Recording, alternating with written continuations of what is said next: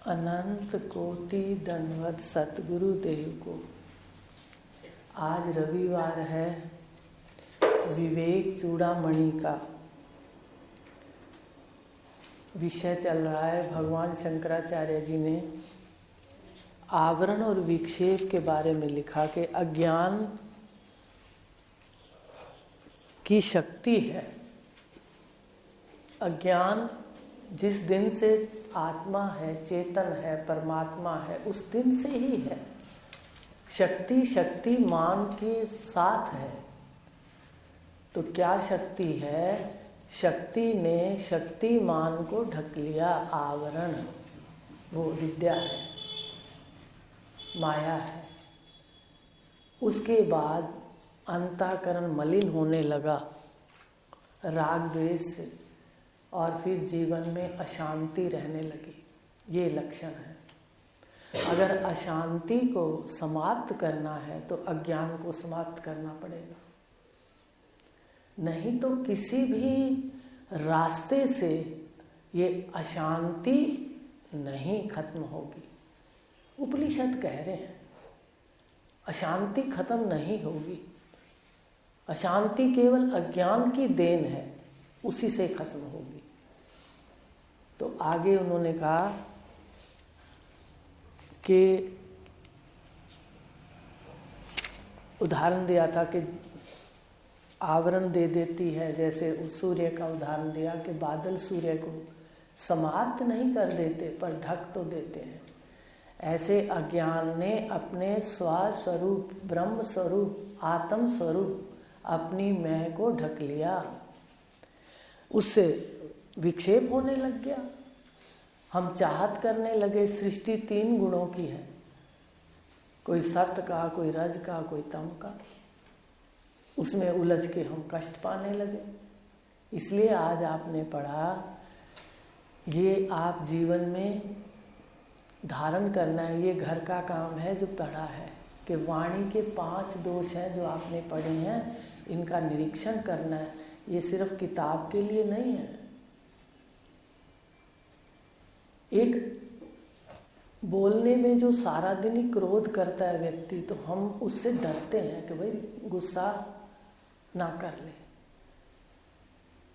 और जो सहनशील होता है, धैर्यशील होता है, उससे हम हर बात कर लेते हैं, जाके कह भी देते हैं कि ये ऐसा है। इसमें ब्रह्म ज्ञानी हो या अज्ञानी हो, व्यवहार दोनों का बराबर रहेगा। ब्रह्म ज्ञानी भी अगर सामने सिंह खड़ा है तो ब्रह्म ज्ञानी भी दूर हटेगा, अज्ञानी भी दूर हटेगा।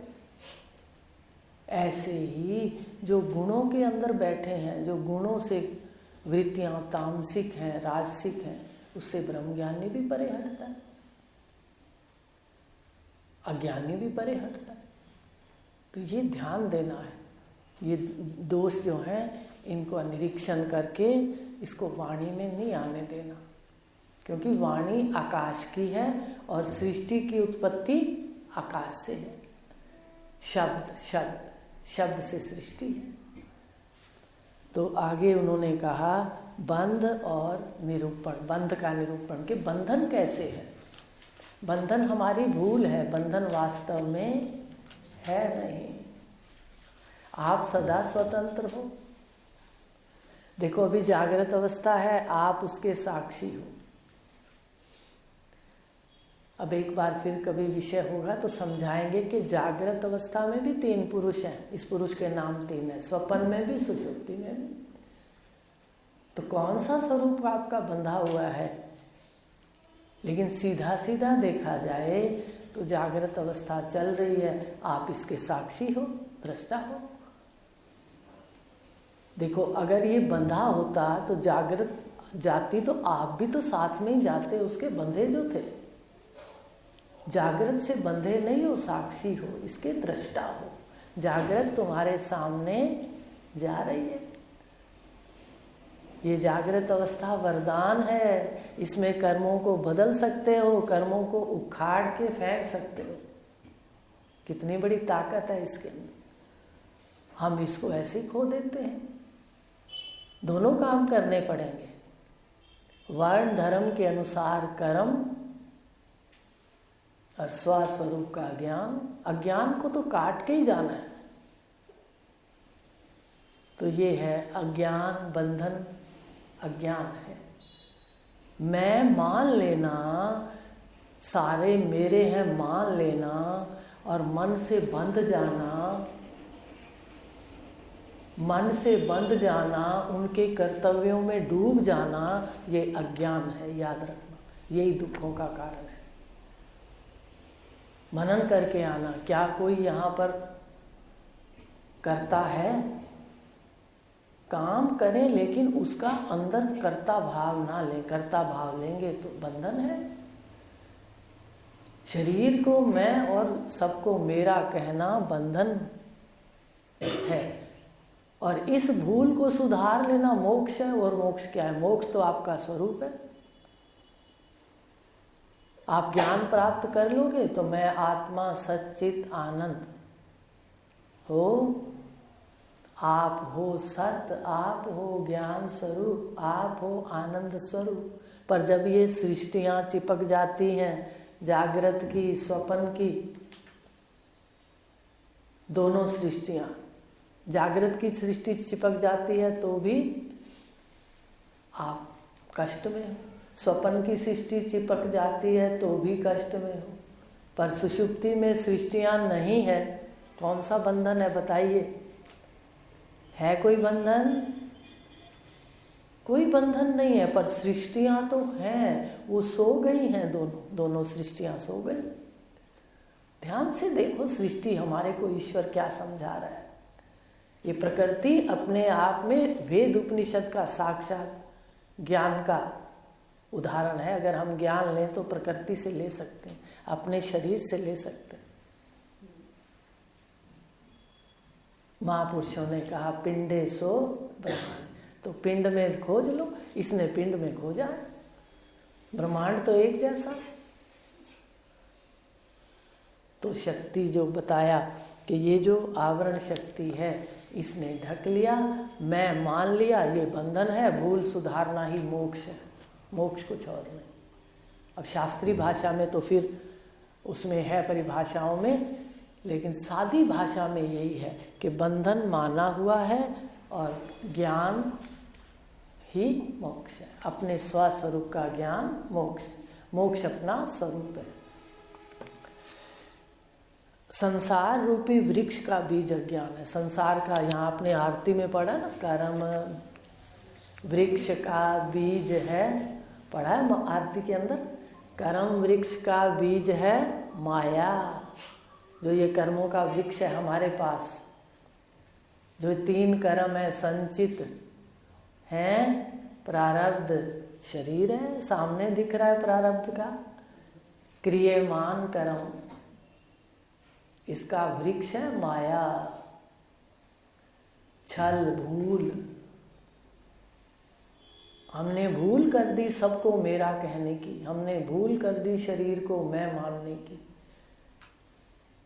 तो इसमें कहा गया कि ये कर्म का वृक्ष बन गया। कर्तापन से मैं करता, मैं करता, मैं करता, कर्मों के वृक्ष बन गए। वे फल लगेंगे, खाने पड़ेंगे। ये भूल हो गई। और देह आत्म बुद्धि, देह आत्म बुद्धि हो गई। भाई अज्ञान बीज है तो आत्म अंकुर फूटेंगे, वो क्या है? देह में आत्मा बुद्धि। देह में आत्म बुद्धि करना ये मंगल संकेत नहीं है, याद रखना। ये शुभ संकेत नहीं है, जीव को अशुभ में ले जाएंगे। देह में आत्म बुद्धि नहीं मंगल संकेत। बार बार इससे निकालो, मैं आत्मा, मैं साक्षी, मैं दृष्टा, सब हो रहा है। सारा दिन कोई ना कोई सीन आता रहेगा, कोई ना कोई व्यवहार होता रहेगा, तुम दृष्टा रहो, कार्य होता रहे, मन को दृष्टा भाव में रखो। तो प्राण, कर्म, राग पत्ते हैं, ये उन्होंने उदाहरण दे दिया वृक्ष के कि क्या है। राग पत्ते हैं, कर्म जल है, शरीर तना है, प्राण शाखाएं हैं, इंद्रियां उपशाखाएं हैं, विषय पुष्प है, नाना प्रकार के कर्मों से उत्पन्न हुआ दुख फल है। वो आपको एक साधारण बता दिया कि जब कर्मों का वृक्ष होगा तो इसमें सुख और दुख भोगना पड़ेगा। और इस वृक्ष पे जो बैठा है उसको उपनिषदों में कहा है कि दो पक्षी बैठे हैं, एक भोक्ता है और एक दृष्टा है। एक ईश्वर के लिए कहा और एक जीव के लिए। एक मैं भोक्ता है, मैं का मैं साक्षी है। मैं का मैं समझ आ गया? सादी भाषा में देखेंगे, हमें ज़्यादा नहीं समझ आता। मैं का मैं साक्षी, वो दृष्टा है एक वृक्ष पे दो। मंत्रों के दर्शन कर लो। तो कहा भगवान शंकराचार्य जी ने अज्ञान जनित अनात्म बंधन स्वाभाविक तथा अनादि और अनंत कहा। ये बंधन भी जब से हैं जब से परमात्मा है। परमात्मा और उसकी शक्ति बंधन साथ साथ है, ठीक है। तो जब से ये संसार बना, जगत बना, तब से भूल भी तैयार है। जन्म मरण व्याधि जरा दुखों का प्रभाव इसके द्वारा उत्पन्न होता है। अज्ञान के कारण जन्मना, मरना, सुख दुख, लड़ाई झगड़े, ये जितनी बीमारियां हैं सारी आ जाती हैं एक एक करके। और एक बात और आपको बता दें अपने निरीक्षण के लिए कि जब कोई पद मिल जाता है बड़ा, उस वक्त सावधान रहना चाहिए। जैसे पद मिलता है बड़ा, अभिमान साथ खड़ा है, उस वक्त सावधान हो जाओ, उसको आने ना दो। वही पद आपको शांति देगा, वही अगर विकार आ जाएंगे तो उसमें फिर दिक्कत आ जाएगी। पद भी हो और अभिमान ना हो, वो व्यक्ति भाग्यशाली है। इसलिए निरीक्षण की जरूरत है यहाँ भी। तो कहा ये बंधन विधाता की विशुद्ध कृपा से प्राप्त हुआ। विधाता ने लीला करी और ये बंधन प्राप्त हुआ। विवेक विज्ञान, अच्छा ये तो अनात्म का हो गया। तो इसमें ये बंधन आपने समझ लिया। बंधन क्या है? देह में आत्म बुद्धि करना बंधन है, मंगल संकेत नहीं है। और देह में से अनात्म बुद्धि को निकाल लेना कैसे? मैं सत्य चित आनंद अनंत अद्वितीय आत्मा ब्रह्म हूँ, ये जान लेना। सीढ़ी से बताया था कि वेदांत कैसे सीढ़ी से चलता है। पहले शव को परे करता है, फिर जो शिव है जीव उसको दिखाता है, फिर ईश्वर की ओर ले जाता है, फिर ब्रह्म में लीन कर देता है। ये वेदांत की ताकत है, चारों सीढ़ियों में ले जाता है। बड़े भाग्य हैं। कई बार खुशी से मन, कहते ना इसमें अति हर्ष की स्थिति आ जाती है, वो भी दिखने लग जाती है। मन की अति हर्ष की स्थिति भी हो जाती है कि कैसे निरावरण हो गई माया एकदम। तो कहा ये अनात्म बुद्धि को निकाल कर आत्म स्वरूप में, स्वस्वरूप में, यथार्थ स्वरूप में स्थित होना ही मोक्ष है। मोक्ष तो साधक का स्वरूप है, जिज्ञासु का स्वरूप है। मोक्ष में और इस अज्ञान के अंदर, बंधन के अंदर रास्ते में कौन है? अज्ञान। बीच में कौन बैठा है? ये जो बंधन और मोक्ष है इसके बीच में अज्ञान बैठा है। इसको निकाल दो, आप मुक्त स्वरूप पहले ही हो। तो आगे भगवान शंकराचार्य जी कह रहे हैं अनात्म आत्म अनात्म विवेक। अब विवेक की बात कर रहे हैं कि दो चीज़ें जब आत्मा और अनात्म ये आपस में हमने उलझा लिए। आत्मा अनात्मा नहीं उलझे, किसने उलझा दिए? हमने उलझा दिए। अनात्मा अनात्मा है, आत्मा आत्मा है। हमने ज्ञान नहीं था इसलिए दोनों को उलझा दिया। आत्मा को अनात्मा कह दिया, मैं मरूंगा। आत्मा को अनात्मा कह दिया, मैं मोटा मैं पतला। आत्मा को अनात्मा कह दिया और अनात्मा को आत्मा के यही आनंद स्वरूप है, यही ज्ञान स्वरूप है, यही सदा रहने वाली अमर है। तो ये आपस के अंदर जो आत्मा और अनात्मा का हमने भावों में मिश्रण कर लिया। अब भावों से ही मिश्रण को हटाना है। भावों से कर लिया ना मिश्रण। आत्मा अनात्मा में मिश्रण नहीं है, आपके अंदर बंधन नहीं है। आप भले कितनी बार कहो बंधन है, ये तो हमने भावों में मान लिया। आप तो ज्यों के त्यों हो, सृष्टि ज्यों की त्यों रहेगी, हमारे भाव ही तो सारे बदलेंगे, सारा कुछ ऐसे खड़ा रहेगा। ज्ञानी का व्यवहार अज्ञानी का बराबर होगा। बरसात उसको भी लगेगी, बरसात उसको भी लगेगी। कोई एक है तो ज्ञानवान। अब धूप में कैसे कह रहे हैं गर्मी है, एसी लगा दो, पंखा लगा दो, कूलर लगा दो, ऐसा कोई विधान नहीं है। याद रखना, ये भूलें भी मिटा दो, दोनों बराबर रहेंगे, लेकिन भावों के अंदर अंतर होगा। एक ने झूठ की रस्सियां काट दी, पहाड़ गिरा दिए, एक झूठ के पहाड़ों के नीचे दब गया। दब के मरता है ना पहाड़ों में, ये दब के झूठ के पहाड़ों में दब के मरता रहता है। तो इस प्रकार कहा अनात्म आत्मा का विवेक करना है। बंधन भी माना है, अब उसको विज्ञान रूप शुभ मंजुल महाखड़ग के बिना किसी अस्त्र शस्त्र वायु अग्नि अथवा करोड़ों कर्म कलापों से भी नहीं काटा जा सकता। कर्म कोई भी करोगे, चाहे वो अभ्यास जन्य योग हो। भगवान कृष्ण के 2 योग हैं, अभ्यास जन्य योग जो राधा स्वामी होते हैं, यही राधा स्वामी का नित्य योग है जो आपके पास है राधा स्वामी का ही योग। रास्ते 2 हैं कृष्ण के, राधा के, स्वामी के। एक अभ्यास जन्य योग है और एक नित्य स्थायी योग कहा भगवान ने 4थे अध्याय में। आप ध्यान से गीता को पढ़ा करो। मैंने ये स्थायी योग, इसका मतलब स्थायी योग भी है और अस्थायी योग भी है। आ रही है मेरी बात समझ में? मिले हैं तो कुछ ले जाओ। तो बताया अस्थायी योग भी है, स्थायी। मन की शंकाओं को निकालिए। आ जाता है ना मन में, मैं तो योग करती थी, मैं, अरे वो तो योग स्थायी अस्थायी और ये है स्थायी, दोनों ही भगवान के हैं। वो परम शांति देता है, रिद्धियाँ सिद्धियाँ देता है, बहुत कुछ है। राजयोग, हठ योग, कितने योग हैं जिसमें भगवान शंकराचार्य जी ने तो सारे किए। महर्षि पातंजल ही तो अवतरित हुए थे गौड़पादाचार्य के रूप में, वो ही आए थे दोबारा।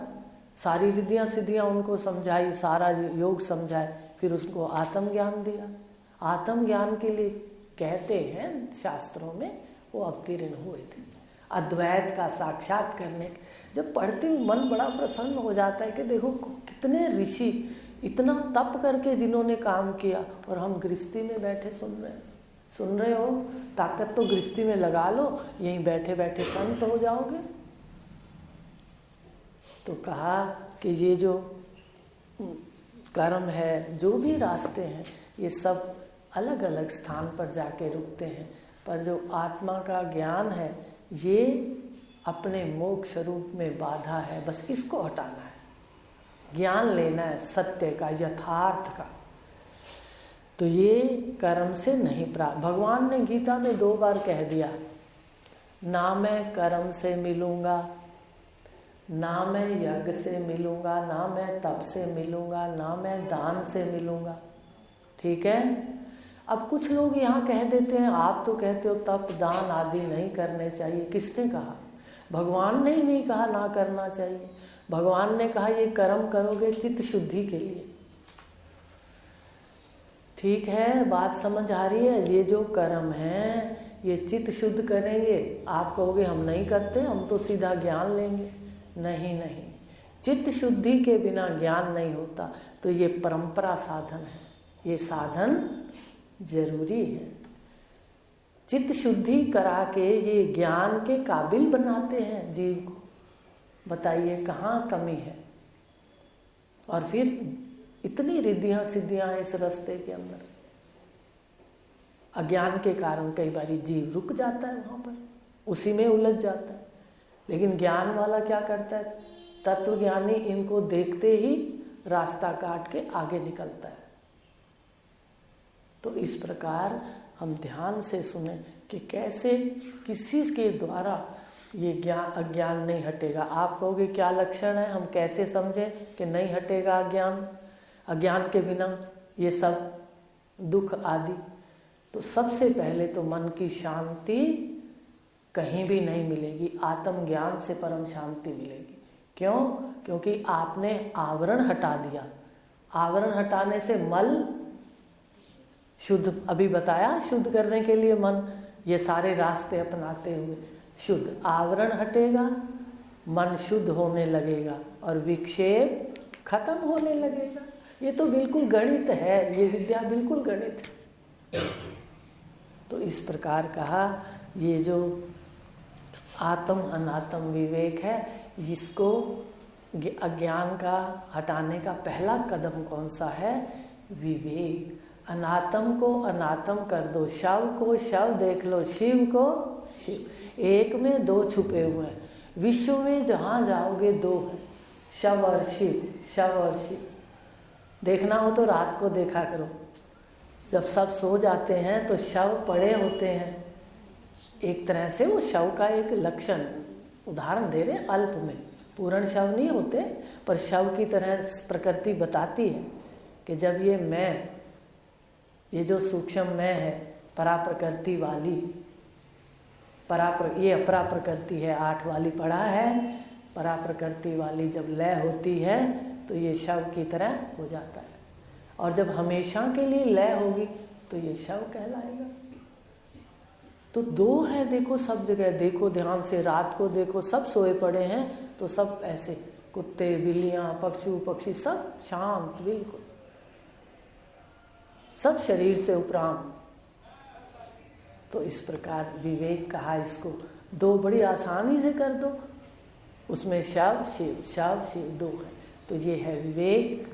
शव के धर्म जो है उसको अब उसको कहते हैं, जो हमारा आभास है, ये शरीर उपाधि है ना, इसको आभास कहा, इसमें आभास पड़ता है उपाधि में, ये चेतन का उसका आभास है, परछाई है, जैसे शब्दों में समझे तो ये आभास धर्म है। शव क्या है? इसको ओढ़ के बैठे हो तो आभास धर्म है, इसके धर्म पालन करो, वर्ण धर्म के अनुसार कर्म करो, जो जो रिश्ता है उसको निभाओ, जो जो मान्यताएं हैं उसको निभाओ, पर असंग होके। ये हैं इसके आभास धर्म, दो हैं, और एक है यथार्थ धर्म। अपनी मैं को जानो, यथार्थ धर्म में स्थित हो जाओ, फिर पालन उसका करो अंदर से, जो भगवान ने अभी कहा है, मेरे में मन रख के सेवा मेरी सदैव जो करता है दृढ़ श्रद्धा से, वो मेरे मत में बड़ा। तू आकार निराकार पूछता रहे अर्जुन, पर मेरा मत भी सुन ले कौन बड़ा है, उसके बाद आगे खोलते हैं भगवान, वो पढ़ लेना। तो इस प्रकार आज विवेक हो गया। घर जाके देखना, सारा दिन हम देह के धर्म पालन करते हैं या आत्म धर्म के लिए भी कोई पुरुषार्थ करते हैं, मनन चिंतन, कोई शब्द, ठीक है, शिवो अहम कैवल्यो अहम मात्रो अहम ओंकारो अहम परमानंद स्वरूपो अहम विश्वरूप सर्व प्यारो अहम। तो इस प्रकार जो भी विवेक है उसको करना चाहिए। अब आप समझ जाओ, दो हैं, एक आपका पार्ट है, कितना सुंदर कर सकते हो, केवल घंटे आपके पास 12-14 होते हैं जागृत अवस्था के, ठीक है। आज इतना ही लेंगे, अगली बार आगे देखेंगे भगवान शंकराचार्य जी क्या कह रहे हैं। ओम पूर्णमद